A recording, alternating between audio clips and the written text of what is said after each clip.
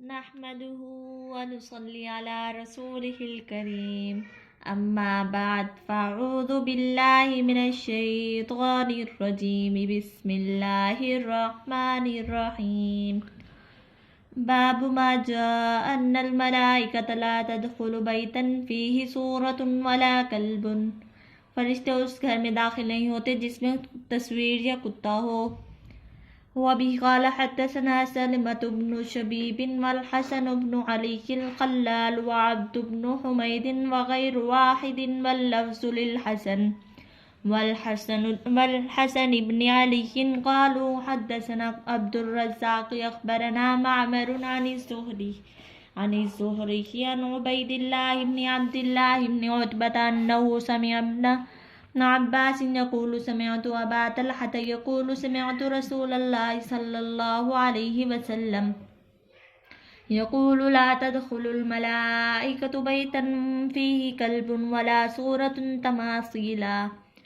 کہ حضرت ابو ہریرہ رضی اللہ تعالیٰ عنہ سے مروی ہے، وہ کہتے ہیں کہ میں نے سنا ابو طلحہ سے یقول فرماتے ہوئے کہ سنا میں نے آپ صلی اللہ علیہ وسلم کو فرماتے ہوئے کہ لا تدخلوا کہ نہیں داخل ہوتے فرشتے بیتن اس گھر میں جس میں کلبن کتا ہو ولا صورتن اور نہ ہی تصویر ہو، یعنی مورتیوں کی تصویر ہو۔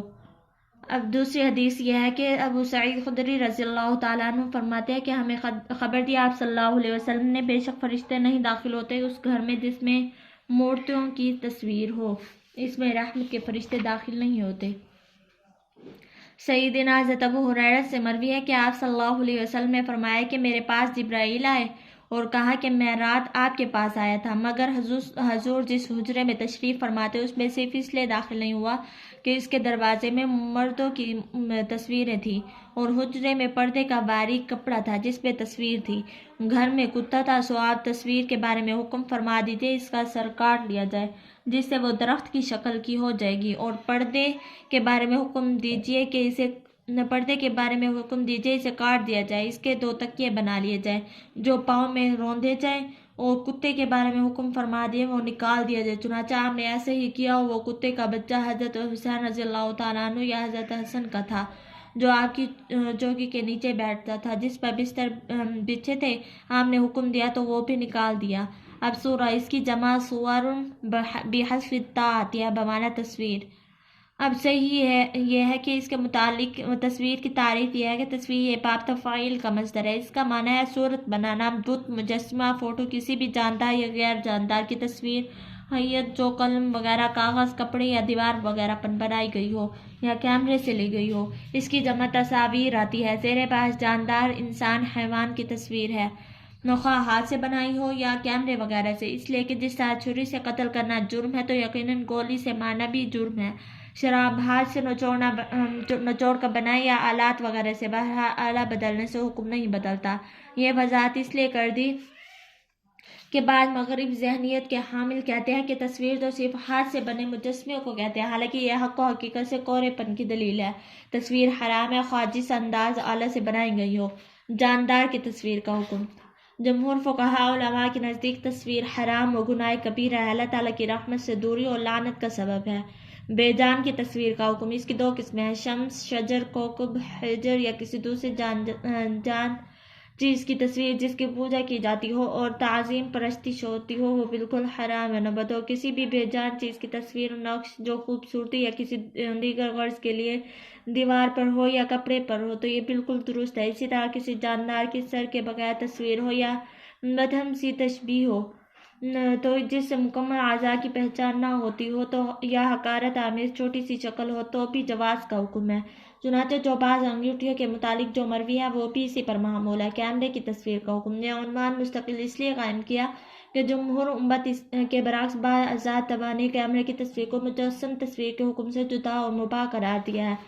چنانچہ انہوں نے کہا ہے کہ اہل جمہور علم و باب فتاوی تقویٰ نے کیمرے کی تصویر کا حکم وہی بیان کیا جو سایہ دار مجسم تصویر کا ہے۔ مصر کے علماء محققین کے نزدیک ناز و محقق مفتی کفایت اللہ نے کفایت المفتی میں تصریح کی ہے کہ فوٹوگرافی کا پیشہ حرام ہے، جاندار کی تصویر بہر صورت حرام ہے۔ امام نووی نے رقم تراز فرماتے ہیں کہ حناف کا مسلک وہی ہے جس کی تصریح امام نووی نے کر دیا اور آئینی اور شامی میں بھی درج ہے۔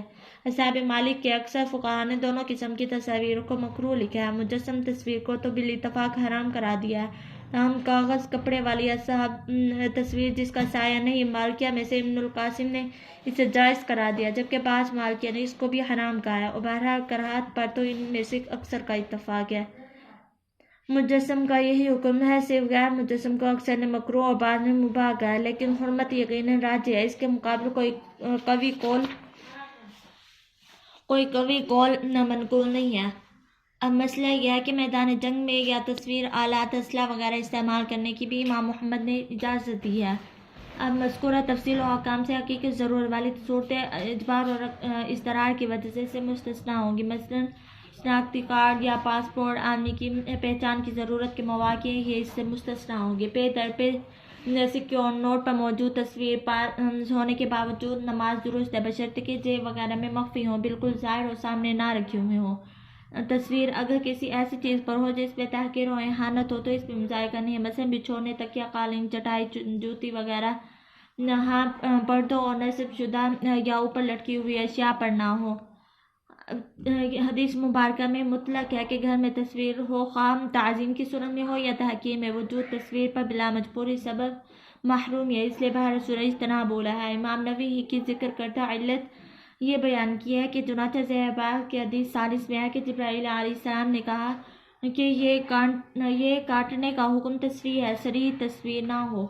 ہمارے ہاں اکثر ایسا ہوتا ہے کہ بلا وجہ اور عذر تصاویر گھروں میں رکھی رہتی ہیں، جس کی وجہ سے نزول ملائکہ رحمت سے ہم سب محروم رہتے ہیں اور گھر میں بے برکتی وغیرہ کی شکایت کرتے ہیں اور ازالے کی دعا کراتے ہیں، مگر سب آرٹ کی طرف دھیان نہیں جاتا۔ مثلا اخبارات، اعلانات کے پرچے، حد تو یہ ہے کہ فحش تصاویر سے بھرے ہوئے اخبار اور اسی جگہ سنبھال کر رکھتے ہیں جہاں عموماً قرآن پاک اور مقدس کتابیں رکھی ہوئی ہوں۔ اخبارات کو ضائع یا جدا کرنے کا مناسب طریقہ بنائے، اپنے گھر اور حجروں کو تصاویر سے پاک کریں، اللہ تعالیٰ کی رحمت کے حقدار بنیں۔ اللہ تعالیٰ ہمیں بھی توفیق عطا فرمائے۔ تصویر کی شناعت و قباحت، حرمت و ممانعت، موجب لعنت ہونے پر احادیث۔ ابن عمر رضی اللہ تعالیٰ عنہ سے مروی ہے، وہ فرمایا نبی کریم صلی اللہ علیہ وسلم نے کہ بلا شبہ جو یہ تصویریں بناتے ہیں انہیں روز قیامت عذاب دیا جائے گا، اسے کہا جائے گا زندگی بخشو جو تم نے اس کو بنایا۔ دوسری ابن مسعود سے وہ فرماتے ہیں سب سے سخت ترین عذاب روز قیامت تصویر کھینچنے والوں کو ہوگا۔ نمبر 3، حضرت ابو ہریرہ کہتے کہ میں نے آپ صلی اللہ علیہ وسلم سے سنا، آپ صلی اللہ علیہ وسلم فرما رہے تھے کہ اللہ تعالیٰ نے فرمایا کہ اس سے بڑا ظلم کرنے والا کون ہے جو جا کے میری تخلیق کی طرح پیدا کرتا ہے، سو چاہیے کہ نئے سرے سے ایک ذرہ، ایک دانہ، ایک جو ہی پیدا کر لیں۔ رحمت کے فرشتے اس گھر میں داخل نہیں ہوتے جس پہ کتا یا تصویر ہو۔ رحمت کے فرشتے نہیں داخل ہوتے ایسے گھر میں جس پہ تصویریں اور مورتیاں ہوں۔ جس نے تصویر کھینچی بنائی اس قیامت کے دن مجبور کیا جائے گا اس میں روح پھونکنے پر، حالانکہ وہ روح نہ پھونکنے کا نہیں پھونک سکے گا۔ تصویر بنانے والے کو اللہ تعالیٰ عذاب دیں گے یہاں تک کہ اس میں روح پھونک دیں، حالانکہ یہ اس میں کبھی روح نہ بھر سکے گا۔ نبی کریم صلی اللہ علیہ وسلم نے خون، کتے اور طائفہ کے سمن سے منع فرمایا، اور سود کھانے والے، کھلانے والے، گوندنے والی، گنوانے والی اور تصویر بنانے والے سب پر لعنت کی ہے۔ حضرت عائشہ سے روایت ہے، وہ فرماتی ہیں کہ میں نے ایک طاقچے یا شندام وغیرہ پر ایسا پردہ لٹکایا تھا جس پہ مورتیاں دی، تو آپ صلی اللہ علیہ وسلم دیکھتے ہی اسے کھینچ دیا اور فرمایا قیامت کے دن شدید ترین عذاب انہی لوگوں کو ہوگا جو اللہ تعالیٰ کی اس کی تخلیق میں مبالغہ کرتے ہیں، مقابلہ کرتے ہیں اور وعدے کے باوجود جبرائیل علیہ السلام تشریف نہ لائے کتا اور تصویر کی وجہ سے۔ حضرت جابر سے روایت ہے کہ آپ صلی اللہ علیہ وسلم نے گھر میں تصویر رکھنے اور اس کے بنانے سے منع فرمایا ہے۔ حضرت علی نے اپنے قاصدوں والی ابو الحاج رسدی سے فرمایا جو حکم دے کر مجھے نبی کریم صلی اللہ علیہ وسلم نے بھیجا وہ حکم میں تمہیں دے کر بھیجتا ہوں، نہ چھوڑ کسی تصویر کو مگر مٹا بگڑا ہوا اور نہ کسی بلند قبر کو مگر اسے برابر کر دے۔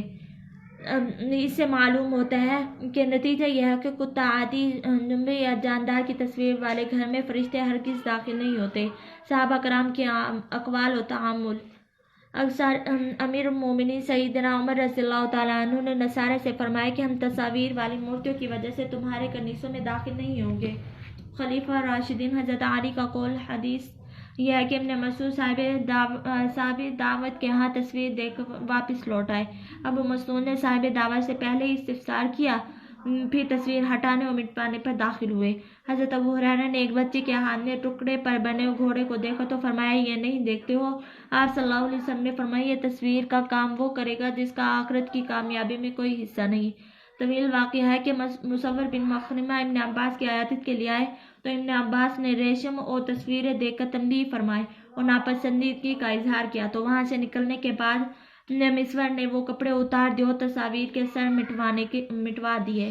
قتادہ سے ہے کہ کعب نے فرمایا کہ اللہ تعالیٰ کو اعزاز دینے والے وہ ہیں جو اس کے مقابلے میں تصویریں بناتے ہیں اور کھینچتے ہیں، ان سے کہا جائے کہ زندہ کرو ان کو جو تم نے بنائی۔ قتادہ سے مروی ہے، فرمایا روح کی تصاویر اور مورتوں کو ناپسند کرتے سو درخت وغیرہ ان میں کوئی مذائقہ نہیں ہے۔ سید التابعین ابن مسیب اپنی بیٹی کے کھلونے کے لیے ہاتھی دانت کی گھڑیوں کی اجازت نہ دیتے تھے۔ وآخر دعوانا ان الحمدللہ رب العالمین۔ اللہ ہمیں بھی تصویر نہ بنانے والوں میں سے بنائے اور ہمارے چینل کو سبسکرائب کریں۔